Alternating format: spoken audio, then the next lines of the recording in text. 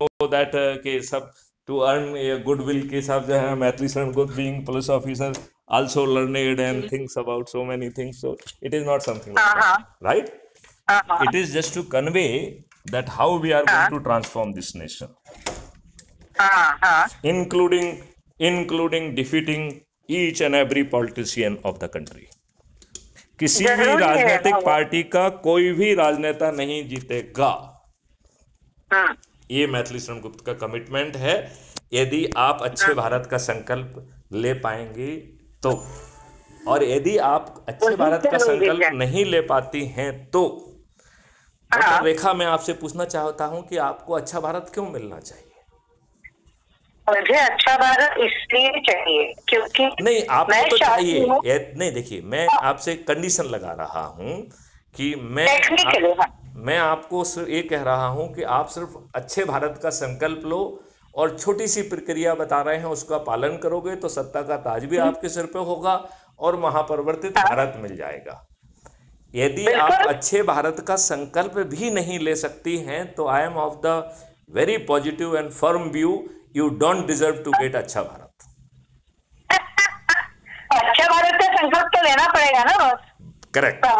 तो आप यदि अच्छे भारत का संकल्प लेंगे तो हम आपको अच्छा भारत दिला देंगे। Before that let me allowed there is a fifth मौलिक अधिकार आल्सो। मैं एक मिनट में सबको कवर कर लेता हूं तो आप so that you will be in. तो अभी तक अपन ने 4 अधिकारों को कवर किया है। पहला है, पहले अपन ने किया पोटेंशियल के रोजगार का मौलिक अधिकार। दूसरा हम लोगों ने कवर किया पोटेंशियल को रियलाइज करने वाली शिक्षा का मौलिक अधिकार। तीसरा भोजन का मौलिक अधिकार, वो भी अद्भुत भोजन का मौलिक अधिकार। चौथा जो है स्वास्थ्य का मौलिक अधिकार। हाँ जी। अब आप अंदाज लगाओ कि 5वां मौलिक अधिकार क्या हो सकता है, क्या होना चाहिए? यस, ये है खुशहाली और समृद्धि का मौलिक अधिकार। मतलब each and every citizen of the India would be happy and happiness is very elusive concept. आज आपको जिस चीज से हैप्पीनेस मिल रही है वो आपको मिल जाएगी तो उससे हैप्पीनेस नहीं मिलेगी आपको। आपको जिससे हैप्पीनेस मिल रही है किसी दूसरे को किसी दूसरी चीज से हैप्पीनेस मिल रही है, तो happiness is always relative, that precisely I am saying. तो हैप्पीनेस को देने के लिए हमें स्पेक्ट्रम ऑफ राष्ट्रीय संपदाओं का निर्माण करना होगा। हमें स्पेक्ट्रम ऑफ रिसोर्सेज को क्रिएट करना होगा। वो हमको मिल जाएंगे, कोई दिक्कत नहीं है, क्योंकि अपन ने फैक्ट्री रखी हुई है ना पोटेंशियल को रियलाइज करने वाली। उस फैक्ट्री से चीजें निर्मित होकर निकलेंगी, कोई दिक्कत नहीं है। तो जब आपका, चूंकि हर काम रियल टाइम पे भुगतान हो रहा है और आपके खीसे में पैसे नहीं है, तो हो सकता है कल्ब्रिक्स अकाउंट से आपके बहुत ऊपर पैसे आ जाएं। जब आप राष्ट्रीय संपदा के निर्माण में जाएंगे तो जो जैसे ही आप काम करेंगे the each work component you will be getting revenue stream, और वो रेवेन्यू स्ट्रीम जैसे कि आपको कल्ब्रिक्स अकाउंट से बिना आवेदन लगाए बिना किसी के अनुमोदन के पैसा मिला है। there is no application, there is no approval authority। कल्ब्रिक्स अकाउंट में कोई अनुमोदन करने नहीं बैठा है, कोई बटन नहीं दबाएगा कि आपने एप्लीकेशन लगाई, मैथिली शरण गुप्त ने बटन दबा दिया approve, no, it is a auto process, right.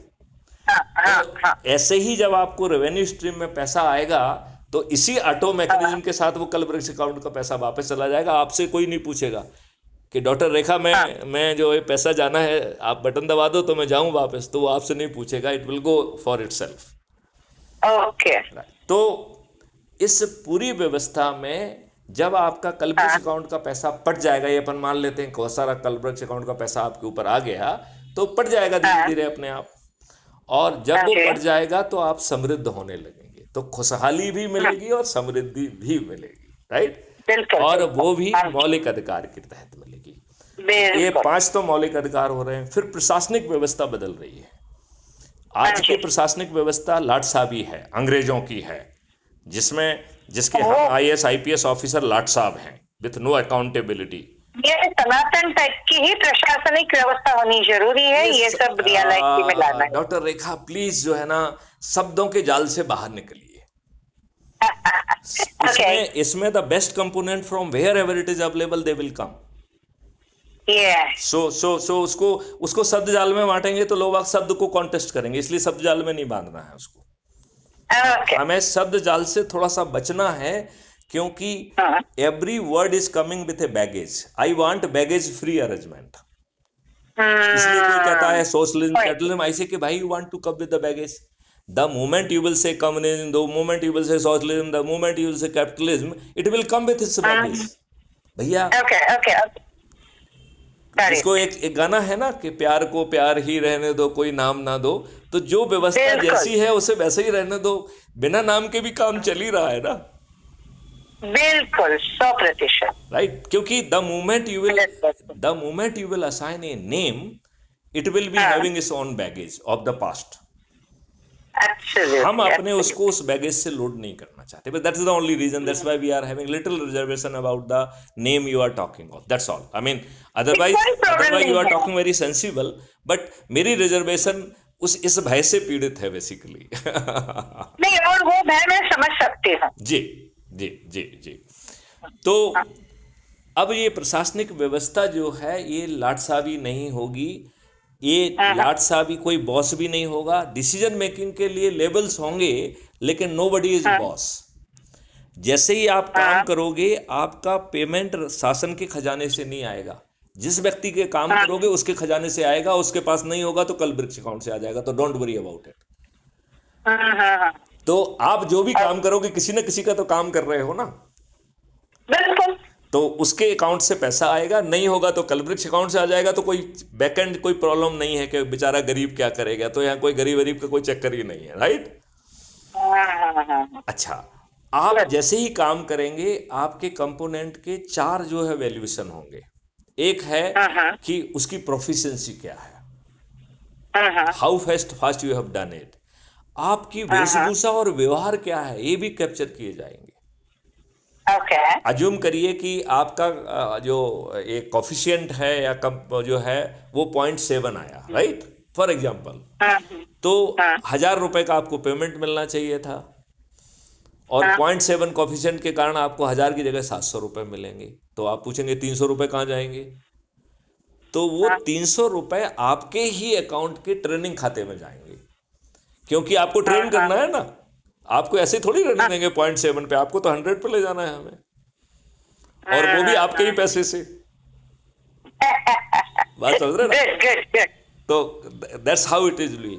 And जो ये वर्क परफॉर्मेंस कंपोनेंट होगा, इसी से एक इंटीग्रेटेड परफॉर्मेंस इंडेक्स बनेगी, और वही आपकी एसीआर होगी। तो आपका एसीआर कोई बॉस नहीं लिखेगा, लिहाजा आपसे सीनियर होंगे to support you in decision making, but they are not the boss, they are your सहकर्मी। वो आपके कलीग हैं। you may be under him, or they may be senior to you and helping you in a decision making, but they are not your boss in present conversation, right? Or in majority of the cases that the people need not to come to the office of a lord. This lord will be going and doing the job at the place of the people. So एकदम बिल्कुल 24 reversal, ऐसी प्रशासनिक व्यवस्था। Do you want ये ऐसी महापरिवर्तित प्रशासनिक व्यवस्था? ये बहुत बढ़िया हो जाएगी, मगर वो आप कब तक आप सोचते हैं कि इसको हम रियलिटी में उतारें? 9 दिन में संभव है। अभी उस पर भी आऊंगा मैं आपको। आज आपका काफी समय मुझे खराब करना है। तो थोड़ी देर के बाद मैं एक ब्रेक लेके आऊं? नहीं, अब जल्दी से खत्म करेंगे। We will talk some other day, क्योंकि आई मीन रिदम में जो कहना है उसको कह देते हैं, फिर अपन मतलब इसको लंबा नहीं करेंगे, छोटे में कह देंगे। अब आपकी महापरिवर्तित पुलिस व्यवस्था, नियम कानून बदल जाएंगे, तो ये गुलामों के नियम कानून बदल जाएंगे, और वो क्राइम फ्री भारत के 5 बेसिक कंपोनेंट हैं, उसके तहत जो है ना नियम कानून रिफ्रेम हो जाएंगे।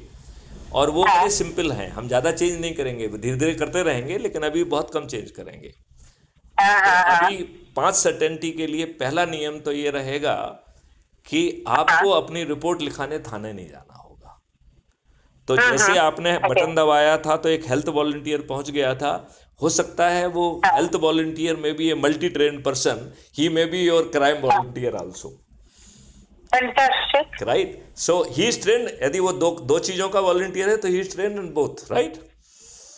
बिल्कुल, क्यों नहीं। तो he will reach and he will record your FIR, and केवल एफआईआर नहीं करेगा, उसके मोबाइल फोन में बहुत सारे गैजेट्स होंगे जिससे वो जो है ना ऐसे पिक्चर ले पाएगा, ऐसी वो सीन ऑफ क्राइम को रिस्टोर कर पाएगा, उसको 3D बना पाएगा, कहाँ से गोली चली होगी, कहाँ से क्या चला होगा, ये सब बड़े कमाल वाले काम वो कर पाएगा। वो वेल ट्रेंड, जो कि पुलिस वाला नहीं है, he is a volunteer, right. वो आपकी एफआईआर दर्ज करेगा और एफआईआर के साथ he will submit his statement, because he is eyewitness to your psychological reaction, your emotions, your pains, your injuries. तो वो उसको कैप्चर भी करेगा और उसका विटनेस भी देगा वो। तो he is doing not only one job, recording your FIR, he is immediately becoming witness to your injuries, your physical being, and he will become the witness to the scene of crime also. बिल्कुल, right? बढ़िया। तो FIR दर्ज कराने के साथ जो है ना, ये तो हो गया है। अब अकेली प्रॉब्लम FIR दर्ज कराने की नहीं है। As a police officer I understand कि 90% केसेस में थाने में से बिना FIR दर्ज किए अपमानित करके लोगों को भगाया जा रहा है, उनकी कोई सुनवाई नहीं। बिल्कुल बिल्कुल होता है। मैं खुद एक जगह पे सोशल सर्विस करते समय मुझ पे और मेरी एक असिस्टेंट पे कुछ उधर के एनकाउंटर्स ने हमला किया था, और उधर के हमलावरों ने जो हमला किया, टैक्सी की चाबी खींच के टैक्सी को रुकवा के और हमको भी गाड़ी से बाहर निकालने की कोशिश की। मैं YouTube लाइव पे आ गई, इसलिए हम लोग सुरक्षित बचे। लेकिन नहीं तो वो आपको और हानि पहुंचा सकते थे, और बहुत हानि पहुंचा सकते थे। मेरी असिस्टेंट को तो मोलेस्टेशन भी किया, उसको हाथ लगा रहा था वो। अब बताइए, फ्रंट सीट पे बैठी थी। अब बताइए उसकी कितनी हिम्मत हो सकती है। और यदि उसको और मैंने कैमरा ऑन करने के बाद वो भी वीडियो में नजर आ रहा है। उसके बावजूद पुलिस स्टेशन ने क्या लिखा कि हमला करने वाली औरतें थी। सोचो, NC लिख ली पहले, वो भी पहले लिखनी नहीं थी। जब कमिश्नर से प्रेशर आया तब NC लिख ली।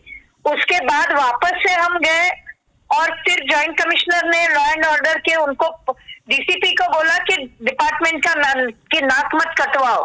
उसके बाद FIR ली, वो भी केवल राइट केस लिखा है। अब बताइए, सोचो।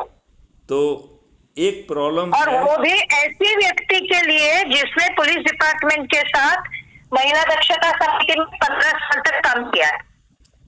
वाह, तो अब आप इस दर्द को ज्यादा अच्छे ढंग से महसूस कर सकते हैं। मैं जानती हूँ, और मैं SPC आपका जो स्टेट पुलिस कंप्लेंट अथॉरिटी में इन लोगों के खिलाफ कंप्लेंट डाल के बैठी हूँ मैं ऑलरेडी। लेकिन इनकी सेहत पे कोई फर्क नहीं पड़ना है। सैया भाई कुतवाल तो डर किस बात का। देखो क्या है, एक्चुअली वही बात है, क्योंकि इनमें से किसी एक बंदे को कम से कम डिसमिस तो होना पड़ेगा, तब जाके ये डिसमिस करेंगे ही नहीं, क्योंकि वो इतने राजों का भागी, इतने इनके राज जानता है कि वो इनको बर्बाद कर देगा। ओके, तो वो ऐसा होने वाला नहीं है। पता नहीं। तो चलिए, अब इसमें जो है, चूंकि एज ए पुलिस ऑफिसर मुझे मालूम है कि लोग बाग केवल FIR दर्ज होने से परेशान नहीं है, लोग बाग झूठी FIR से भी परेशान है, जैसे उन्होंने आपके विरुद्ध। अरे बहुत ज्यादा, राइट। अब यही बात है कि इसके बाद मैंने काफी इंफॉर्मेशन निकाली वो मैटर में, और कहते पुलिस स्टेशन में ही RTI पे RTI डालते, RTI में सवाल पूछे। अब आगे चल के आपको ऐसा नहीं करना पड़ेगा, क्योंकि मैथिली शरण गुप्त परजरी के 5 जघन्य अपराध बना रहे हैं जो हत्या से बड़े माने जाएंगे। बिल्कुल, तो झूठी, क्योंकि यहाँ पे मैंने ये प्रूव किया है कि ये हम पे जो हमला हुआ था जी, उसका प्लानिंग उसी पुलिस स्टेशन की एक पुलिस ऑफिसर और ये जिन्होंने हमला किया वो हमलावर, ये दोनों ने मिलके किया था। ओके। इसका सबूत मैंने पेश किया है। वाह वाह वाह। तो अब आगे चल के आपको ये दिक्कत नहीं होने वाली है। हाँ जी, हाँ जी, हाँ क्यों? जी। क्योंकि ये 5 परजरी के जघन्य अपराध हो जाएंगे। पहला अपराध होगा झूठी एफआईआर दर्ज कराना, हत्या से भी बड़ा अपराध माना जाएगा, क्योंकि आप सबको गुमराह कर रहे हो, सबको उत्पीड़ित कर रहे हो, ये नहीं चलेगा। बिल्कुल। दूसरा, झूठी गवाही देना भी हत्या से बड़ा अपराध माना जाएगा। फैंटास्टिक। पुलिस जो आजकल एफआईआर जो भी झूठी पर्दी खुद लिख लेती है और उसी को तायद करते हुए आपसे बिना पूछे आपके कथन लिख लेती है। हाँ जी। तो इस तरीके से जो झूठे कथन पुलिस लिखती है, ये परजरी का जघन्य अपराध होगा। झूठी विवेचना करना भी परजरी का जघन्य अपराध होगा। और जो मोटी फीस लेके ये वकील बहुत गेम खेलते हैं, फर्जी जरह करके गलत तथ्यों को तोड़ मतोड़ के निर्दोष को दोषी और दोषी को निर्दोष साबित करने में इनको बड़े हथकंडे आते हैं। तो ये 5 चीजें परजरी के जघन्य अपराध होंगी और नए कानून के तहत इन्हें हत्या के अपराध से भी बड़ा माना जाएगा। बहुत अच्छा। इनको करने वाले लोग जो है, यदि नौकरी में है तो उनकी नौकरी जाएगी, यदि उन्हें प्रैक्टिस करने का लाइसेंस मिला है तो वो रद्द हो जाएगा, और उनकी सहभागिता के हिसाब से उनका जेल में जाना भी तय है, और वो भी अधिकतम 45 दिन में। और उन साक्ष्यों का संग्रहण हो पाएगा। 21 टेक्नोलॉजी के एक डिजिटल चित्रगुप्त को पुलिस को दिया गया जा रहा है, जो पुलिस को असिस्ट करेगा। वो पुलिस से बहुत आगे सोच पाएगा और पुलिस के बिना करे सब एविडेंस इकट्ठे कर लेगा, उसको हैश वैल्यू से लॉक करके पुलिस को भी भेज देगा और कोर्ट को भी भेज देगा। आने वाले समय में अधिकतम 15 दिन में चालान न्यायालय में पहुंच जाएगा। तो कुछ केसेस में तो 12 घंटे में, लेकिन 15 दिन से लेट किसी भी केस में नहीं होगा। अब आज आप जो है वर्षों वर्ष कोर्ट कचहरी के चक्कर लगाते हैं। नई व्यवस्था में आपको कोर्ट नहीं जाना होगा। उसके लिए एक distributed video based trial system रखा गया है, जैसे आवश्यकता अनुसार 24 घंटे चलेगा और अधिकतम 30 दिन में न्याय मिलेगा। Fantastic, great. डॉक्टर रेखा, मेरे एक चाहने वाले ने मुझसे पूछा कि सर मुझे आपके बारे में मालूम है, आपने 13 डिग्रियां की हैं, आप बीटेक हैं, आप एमटेक हैं, आप एलएलबी भी हैं, आपने मास्टर इन पब्लिक पॉलिसी भी की है, मास्टर इन डिजास्टर मैनेजमेंट, बला बला बला बला, आपने बहुत कुछ किया है। मुझे ये भी मालूम है कि आपने 12 स्मार्ट इंडिया हैकाथॉन भी की हुई हैं, आपने 32 यूनिवर्सिटीज़ IITs वगैरह के बच्चों को इंटर्नशिप देके बहुत सारी टेक्नोलॉजी डेवलप की है। तो मुझे इस बात का तो विश्वास है कि आप distributed video based trial system के माध्यम से 30 दिन में हमें जजमेंट तो दिला देंगे, लेकिन डीजीपी साहब मुझे ये बताइए, आप मुझे न्याय कैसे दिलाएंगे जब मेरी आंखों के सामने ये दुष्लोग जो है घूस खाते हैं, उनका मुंशी सबके सामने पैसे ले रहा है।